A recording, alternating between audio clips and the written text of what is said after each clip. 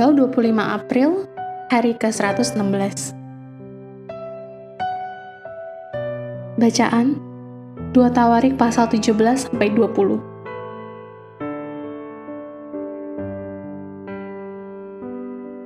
Reformasi di bawah Yosafat.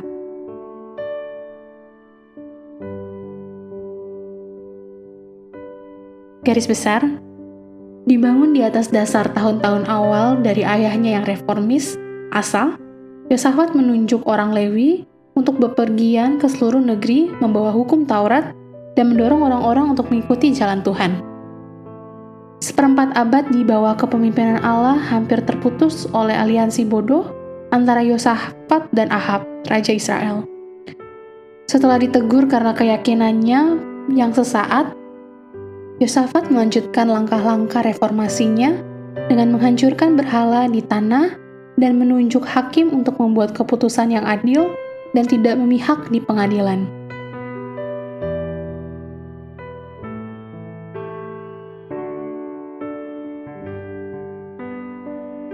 Renungan harian. Ketika waktu Kristus datang ke keluarga Anda, bagaimana Anda menanggapinya? Apakah tekanan membuat Anda terpisah atau menyatukan Anda lebih dekat? Apakah Anda mendapati diri Anda kurang berdoa bersama keluarga atau menjadi lebih sering? Yosafat menghadapi krisis. Orang Moab dan Amon mengumpulkan pasukan mereka sebagai persiapan untuk serangan habis-habisan terhadap Yehuda. Yosafat memiliki hak untuk merasa takut, tertekan, cemas, dan bimbang. Tetapi sebaliknya, ia mengumpulkan semua bangsa Yehuda bersama untuk mencari bantuan dari Tuhan. Dalam suatu panggilan doa nasional yang belum pernah terjadi sebelumnya, sementara itu seluruh Yehuda berdiri di hadapan Tuhan, juga segenap keluarga mereka dengan istri dan anak-anak mereka. Pasal 20 ayat 13. Sebuah pertemuan doa yang melibatkan setiap anggota keluarga. Apakah itu yang terjadi di rumah Anda? Jika tidak, kumpulkan keluarga Anda bersama untuk membahas krisis yang Anda hadapi.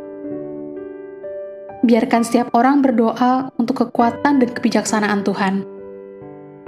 Anda akan menemukan cinta Anda lebih dalam kepada Tuhan yang kepadanya Anda berdoa, serta untuk orang-orang dengan dan untuk siapa Anda doakan.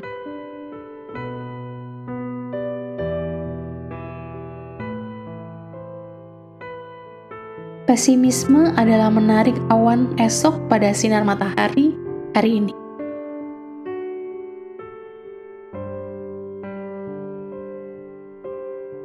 Pendalaman.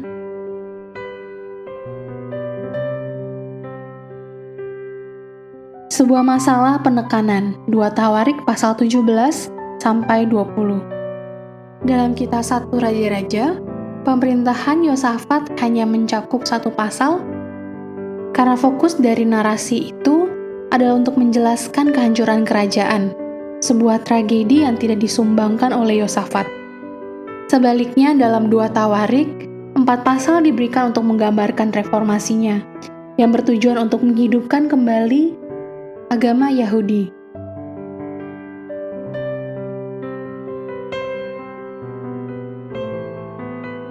Mengalahkan diri sendiri karena tindakan Anda sendiri. 2 Tawarik pasal 20 ayat 23.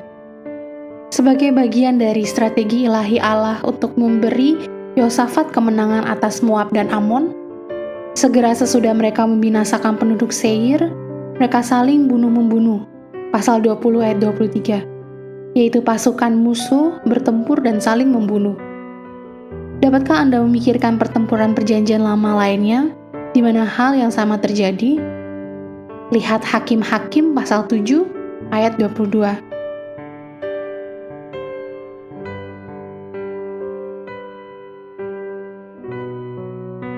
Amin. Tuhan Yesus memberkati.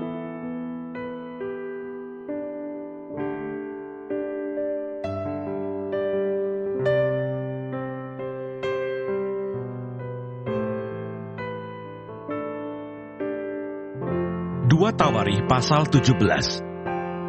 Raja Yosafat, pengokohan kerajaan. Maka Yosafat anaknya menjadi raja menggantikan dia. Sebagai pemimpin Israel, Ia memperkuat dirinya dengan menempatkan tentara di semua kota yang berkubu di Yehuda dan pasukan-pasukan pendudukan di tanah Yehuda, serta di kota-kota Efraim yang direbut oleh Asa ayahnya.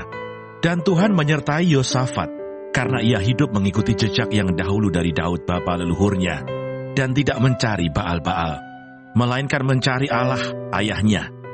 Ia hidup menurut perintah-perintahnya dan tidak berbuat seperti Israel. Oleh sebab itu Tuhan mengokohkan kerajaan yang ada di bawah kekuasaannya. Seluruh Yehuda memberikan persembahan kepada Yosafat, sehingga ia menjadi kaya dan sangat terhormat. Dengan tabah hati ia hidup menurut jalan yang ditunjukkan Tuhan. Pula ia menjauhkan dari Yehuda segala bukit pengorbanan dan tiang berhala. Pada tahun ketiga pemerintahannya, ia mengutus beberapa pembesarnya, yakni Ben-Hail, Obadja, Zakaria, Netaneel, dan Mika, untuk mengajar di kota-kota Yehuda. Bersama-sama mereka, turut juga beberapa orang Lewi, yakni Semaya, Netanya, Sebaja, Asael, Semiramot, Yonatan, Adonia, Tobia, dan Top Adonia, disertai imam-imam Elisama dan Yoram. Mereka memberikan pelajaran di Yehuda dengan membawa kitab Taurat Tuhan. Mereka mengelilingi semua kota di Yehuda sambil mengajar rakyat. Ketakutan yang dari Tuhan menimpa semua kerajaan di negeri-negeri sekeliling Yehuda, sehingga mereka tidak berani berperang melawan Yosafat. Dari antara orang-orang Filistin, ada yang membawa kepada Yosafat persembahan dan perak sebagai upeti. Juga orang-orang Arab membawa kepadanya kambing domba, domba jantan 7.700 ekor, dan kambing jantan 7.700 ekor. Yosafat makin lama makin kuat, menjadi luar biasa kuat. Di Yehuda, ia membangun benteng-benteng dan kota-kota perbekalan. Banyak perbekalannya di kota-kota Yehuda. Orang-orang perangnya ada di Yerusalem. Semuanya pahlawan yang gagah perkasa. Inilah daftar kesatuan mereka menurut puak-puak mereka.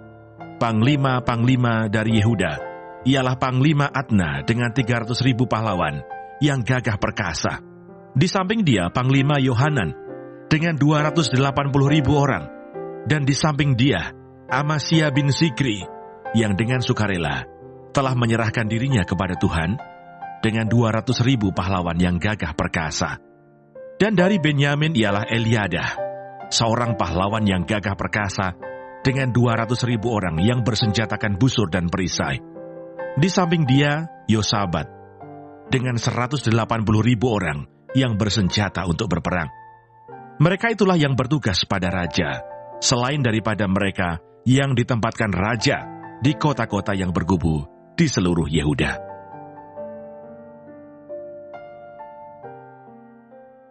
Dua Tawarikh pasal 18. Ahab memerangi Ramot Gilead. Nabi Tuhan berhadapan dengan nabi-nabi palsu. Ketika Yosafat kaya dan sangat terhormat, ia menjadi besan Ahab. Beberapa tahun kemudian, pergilah ia kepada Ahab di Samaria. Ahab menyembelih banyak kambing domba dan lembu sapi untuk dia dan rombongannya, dan mengajaknya untuk menyerang Ramot Gilead. Berkatalah Ahab raja Israel kepada Yosafat raja Yehuda, "Maukah engkau pergi ke Ramot Gilead bersama-sama aku?" Jawabnya kepadanya, "Kita sama-sama, aku dan engkau, rakyatmu dan rakyatku. Aku akan bersama-sama engkau di dalam perang." Tetapi Yosafat berkata kepada raja Israel, "Baiklah, tanyakan dahulu firman Tuhan." Lalu raja Israel mengumpulkan para nabi, 400 orang banyaknya. Kemudian bertanyalah ia kepada mereka, "Apakah kami boleh pergi berperang melawan Ramot Gilead, atau aku membatalkannya?" Jawab mereka, "Majulah, Allah akan menyerahkannya ke dalam tangan raja." Tetapi Yosafat bertanya, "Tidak adakah lagi di sini seorang nabi Tuhan, supaya dengan perantaraannya kita dapat meminta petunjuk?" Jawab raja Israel kepada Yosafat, "Masih ada seorang lagi yang dengan perantaraannya dapat diminta petunjuk Tuhan, tetapi aku membenci dia, sebab tidak pernah ia menubuatkan yang baik tentang aku, melainkan selalu malapetaka. Orang itu ialah Mika bin Yimla." Kata Yosafat, "Janganlah raja berkata demikian. Kemudian Raja Israel memanggil seorang pegawai istana, katanya, "Jemputlah Mika bin Yimlah dengan segera." Sementara Raja Israel dan Yosafat, Raja Yehuda, duduk masing-masing di atas tahtanya dengan pakaian kebesaran, di suatu tempat mengirikan di depan pintu gerbang Samaria. Sedang semua nabi itu bernubuat di depan mereka. Maka Zedekia bin Kenaana membuat tanduk-tanduk besi, lalu berkata, "Beginilah firman Tuhan, dengan ini engkau akan menanduk Aram sampai engkau menghabiskan mereka." Juga semua nabi itu bernubuat demikian, katanya, "Majulah ke Ramot Gilead, dan engkau akan beruntung. Tuhan akan menyerahkannya ke dalam tangan raja." Suruhan yang pergi memanggil Mika itu berkata kepadanya, "Ketahuilah, nabi-nabi itu sudah sepakat meramalkan yang baik bagi raja. Hendaklah engkau juga berbicara seperti salah seorang daripada mereka, dan meramalkan yang baik." Tetapi Mika menjawab, "Demi Tuhan yang hidup, sesungguhnya apa yang akan difirmankan Allahku, itulah yang akan kukatakan." Setelah ia sampai kepada raja, bertanyalah raja kepadanya, "Mika, apakah kami boleh pergi berperang melawan Ramot Gilead, atau aku membatalkannya?" Jawabnya, "Majulah, dan kamu akan beruntung, sebab mereka akan diserahkan ke dalam tanganmu." Tetapi raja berkata kepadanya, "Sampai berapa kali aku menyuruh engkau bersumpah, supaya engkau mengatakan kepadaku tidak lain dari kebenaran?" Lalu jawabnya, "Telah kulihat seluruh Israel bercerai-berai di gunung-gunung, seperti kambing domba yang tidak mempunyai gembala. Sebab itu Tuhan berfirman, mereka ini tidak punya tuan. Baiklah masing-masing pulang ke rumahnya dengan selamat."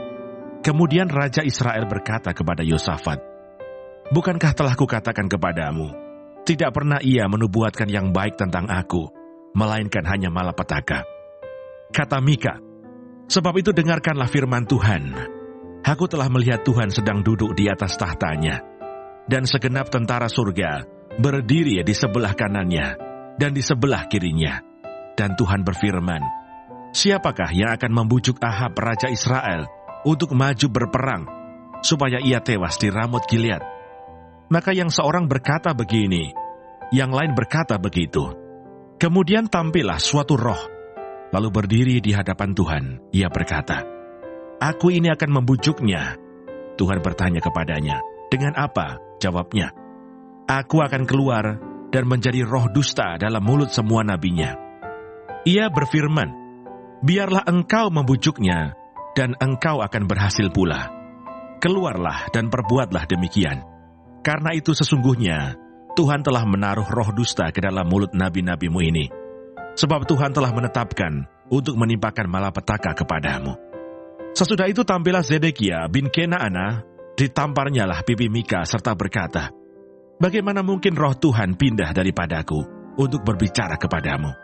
Tetapi Mika menjawab, "Sesungguhnya engkau akan melihatnya pada hari engkau lari dari satu kamar ke kamar yang lain untuk menyembunyikan diri." Berkatalah Raja Israel, "Tangkaplah Mika, bawa dia kembali kepada Amon, penguasa kota, dan kepada Yoas anak raja, dan katakan, beginilah titah raja. Masukkan orang ini dalam penjara, dan beri dia makan roti dan minum air, serba sedikit, sampai aku pulang dengan selamat." Tetapi jawab Mika, "Jika benar-benar engkau pulang dengan selamat, tentulah Tuhan tidak berfirman dengan perantaraanku." Lalu disambungnya, "Dengarlah, hai bangsa-bangsa sekalian. Sesudah itu majulah Raja Israel dengan Yosafat Raja Yehuda ke Ramot Gilead. Raja Israel berkata kepada Yosafat, "Aku akan menyamar dan masuk pertempuran, tetapi engkau pakailah pakaian kebesaranmu." Lalu menyamarlah Raja Israel, kemudian mereka masuk ke pertempuran. Adapun Raja negeri Aram telah memberi perintah kepada para panglima pasukan keretanya demikian, "Janganlah kamu berperang melawan sembarang orang, melainkan melawan Raja Israel saja."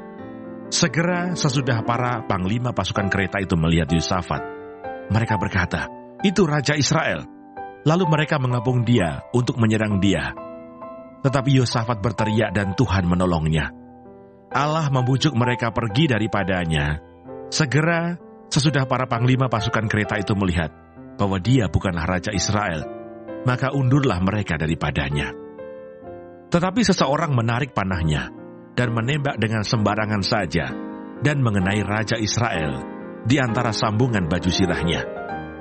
Kemudian ia berkata kepada pengemudi keretanya, "Putar, bawa aku keluar dari pertempuran, sebab aku sudah luka." Tetapi pertempuran itu bertambah seru pada hari itu, dan Raja Israel tetap berdiri di dalam kereta, berhadapan dengan orang Aram itu sampai petang. Ia mati ketika matahari terbenam.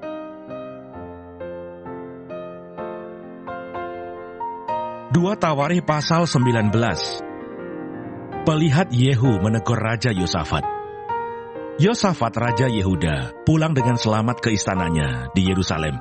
Ketika itu Yehu bin Hanani pelihat itu pergi menemuinya dan berkata kepada Raja Yosafat, "Sewajarnyakah engkau menolong orang fasik dan bersahabat dengan mereka yang membenci Tuhan? Karena hal itu Tuhan murka terhadap engkau. Namun masih terdapat hal-hal yang baik padamu, karena engkau menghapuskan tiang-tiang berhala dari negeri ini dan mencari Allah dengan tekun." Yosafat mengangkat hakim-hakim. Yosafat diam di Yerusalem. Ia mengadakan kunjungan pula ke daerah-daerah, dari Berseba sampai ke pegunungan Efraim, sambil menyuruh rakyat berbalik kepada Tuhan, Allah nenek moyang mereka. Ia mengangkat juga hakim-hakim di seluruh negeri, yakni di semua kota yang berkubu di Yehuda, di tiap-tiap kota. Berpesanlah ia kepada hakim-hakim itu, "Pertimbangkanlah apa yang kamu buat, karena bukanlah untuk manusia kamu memutuskan hukum, melainkan untuk Tuhan yang ada beserta kamu, bila kamu memutuskan hukum. Sebab itu kiranya kamu diliputi oleh rasa takut kepada Tuhan. Bertindaklah dengan seksama, karena berlaku curang, memihak, ataupun menerima suap tidak ada pada Tuhan Allah kita." Juga di Yerusalem, Yosafat mengangkat beberapa orang dari antara orang Lewi, dari antara para imam, dan dari antara para kepala puak Israel, untuk memberi keputusan dalam hal hukum Tuhan dan dalam hal perselisihan. Mereka berkedudukan di Yerusalem. Ia memerintahkan mereka, "Kamu harus bertindak dengan takut akan Tuhan, dengan setia dan dengan tulus hati, demikian. Dalam setiap perkara yang disampaikan kepada kamu oleh rekan-rekanmu yang tinggal di kota-kota, yakni perkara-perkara mengenai pertumpahan darah, atau mengenai hukum, perintah, ketetapan-ketetapan dan peraturan-peraturan, hendaklah kamu memperingatkan mereka, supaya mereka jangan bersalah terhadap Tuhan, sehingga murkanya menimpa kamu dan rekan-rekanmu. Hendaklah kamu berbuat demikian, dan kamu tidak akan bersalah." Dengan ini imam kepala Amaria diangkat sebagai ketuamu dalam segala perkara ketuhanan, dan Sebaja bin Ismail, pemuka kaum Yehuda, dalam segala perkara kerajaan. Sedang orang Lewi akan melayani kamu sebagai pengatur. Bertindaklah dengan tegas. Kiranya Tuhan menyertai orang yang tulus ikhlas.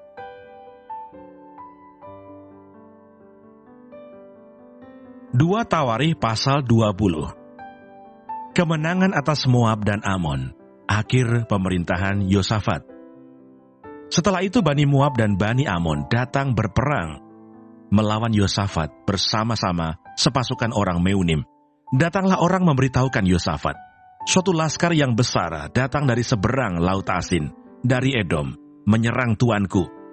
Sekarang mereka di Haseson Tamar, yakni En-Gedi. Yosafat menjadi takut, lalu mengambil keputusan untuk mencari Tuhan.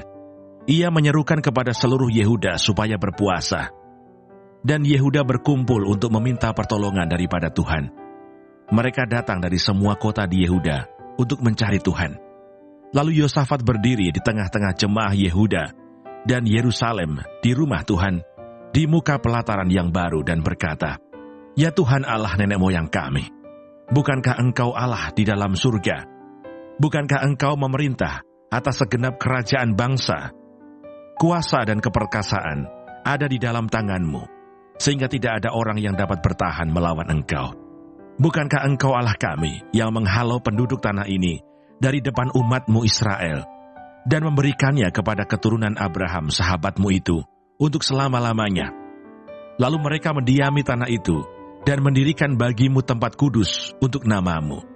Kata mereka, bila sesuatu malapetaka menimpa kami, yakni pedang, penghukuman, penyakit sampar atau kelaparan, kami akan berdiri di muka rumah ini, di hadapan-Mu, karena nama-Mu tinggal di dalam rumah ini.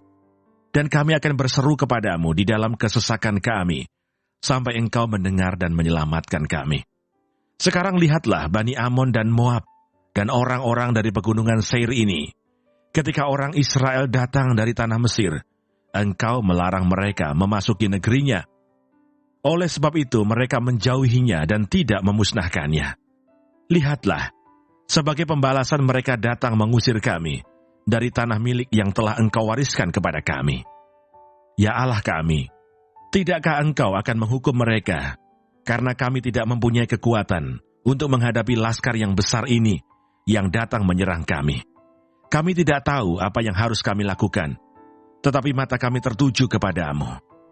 Sementara itu seluruh Yehuda berdiri di hadapan Tuhan, juga segenap keluarga mereka dengan istri dan anak-anak mereka. Lalu Yahasiel bin Zakaria bin Benaya bin Matanya, seorang Lewi dari Bani Asaf, dihinggapi roh Tuhan di tengah-tengah jemaah dan berseru, "Camkanlah, hai seluruh Yehuda dan penduduk Yerusalem, dan tuanku Raja Yosafat. Beginilah firman Tuhan kepadamu, janganlah kamu takut dan terkejut, karena laskar yang besar ini, sebab bukan kamu yang akan berperang, melainkan Allah. Besok haruslah kamu turun menyerang mereka. Mereka akan mendaki pendakian Sis, dan kamu akan mendapati mereka di ujung lembah, di muka padang gurun Yeruel. Dalam peperangan ini, tidak usah kamu bertempur. Hai Yehuda dan Yerusalem, tinggallah berdiri di tempatmu, dan lihatlah bagaimana Tuhan memberikan kemenangan kepadamu. Janganlah kamu takut dan terkejut. Majulah besok menghadapi mereka. Tuhan akan menyertai kamu." Lalu berlututlah Yosafat dengan mukanya ke tanah. Seluruh Yehuda dan penduduk Yerusalem pun sujud di hadapan Tuhan dan menyembah kepadanya. Kemudian orang Lewi dan Bani Kehat dan Bani Korah bangkit berdiri untuk menyanyikan puji-pujian bagi Tuhan, Allah Israel, dengan suara yang sangat nyaring. Keesokan harinya, pagi-pagi mereka maju menuju padang gurun Tekoa. Ketika mereka hendak berangkat, berdirilah Yosafat dan berkata, "Dengar hai Yehuda dan penduduk Yerusalem, percayalah kepada Tuhan Allahmu, dan kamu akan tetap teguh. Percayalah kepada nabi-nabinya, dan kamu akan berhasil." Setelah ia berunding dengan rakyat, ia mengangkat orang-orang yang akan menyanyi nyanyian untuk Tuhan dan memuji Tuhan dalam pakaian kudus yang semarak. Pada waktu mereka keluar di muka orang-orang bersenjata sambil berkata, "Nyanyikanlah nyanyian syukur bagi Tuhan, bahwasanya untuk selama-lamanya kasih setianya." Ketika mereka mulai bersorak-sorai dan menyanyikan nyanyian pujian, dibuat Tuhanlah penghadangan terhadap Bani Amon dan Moab dan orang-orang dari pegunungan Seir yang hendak menyerang Yehuda, sehingga mereka terpukul kalah. Lalu Bani Amon dan Moab berdiri menentang penduduk pegunungan Seir, hendak menumpas dan memunahkan mereka. Segera sesudah mereka membinasakan penduduk Seir, mereka saling bunuh-membunuh. Ketika orang Yehuda tiba di tempat peninjauan di padang gurun, mereka menengok ke tempat laskar itu. Tampaklah semua telah menjadi bangkai, berhantaran di tanah, tidak ada yang terluput. Lalu Yosafat dan orang-orangnya turun untuk menjarah barang-barang mereka. Mereka menemukan banyak ternak, harta milik, pakaian, dan barang-barang berharga. Yang mereka rampas itu lebih banyak daripada yang dapat dibawa. 3 hari lamanya mereka menjarah barang-barang itu, karena begitu banyaknya. Pada hari keempat mereka berkumpul di lembah pujian. Di sanalah mereka memuji Tuhan, dan itulah sebabnya orang menamakan tempat itu lembah pujian hingga sekarang. Lalu pulanglah sekalian orang Yehuda dan Yerusalem dengan Yosafat di depan. Mereka kembali ke Yerusalem dengan sukacita, karena Tuhan telah membuat mereka bersukacita karena kekalahan musuh mereka. Mereka masuk ke Yerusalem dengan gambus dan kecapi dan nafiri, lalu menuju rumah Tuhan. Ketakutan yang dari Allah menghinggapi semua kerajaan negeri-negeri lain. Ketika mereka mendengar bahwa Tuhan yang berperang melawan musuh-musuh Israel, dan kerajaan Yosafat amanlah, karena Allahnya mengaruniakan keamanan kepadanya di segala penjuru. Yosafat memerintah atas Yehuda. Ia berumur 35 tahun pada waktu ia menjadi raja, dan 25 tahun lamanya ia memerintah di Yerusalem. Nama ibunya ialah Azubah, anak Silhi. Ia hidup mengikuti jejak Asa ayahnya. Ia tidak menyimpang daripadanya dan melakukan apa yang benar di mata Tuhan. Hanya bukit-bukit pengorbanan tidak dijauhkan. Bangsa itu belum mengarahkan hatinya kepada Allah nenek moyang mereka. Selebihnya dari riwayat Yosafat, dari awal sampai akhir, sesungguhnya semuanya itu tertulis di dalam riwayat Yehu bin Hanani yang tercantum di dalam kitab Raja-Raja Israel. Kemudian Yosafat Raja Yehuda bersekutu dengan Ahazia Raja Israel yang fasik perbuatannya. Ia bersekutu dengan Ahazia untuk membuat kapal-kapal yang dapat berlayar ke Tarsis. Kapal-kapal itu dibuat mereka di Esion Geber.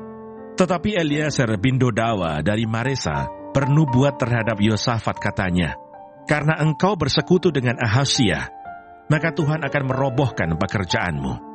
Lalu kapal-kapal itu pecah dan tak dapat berlayar ke Tarsis.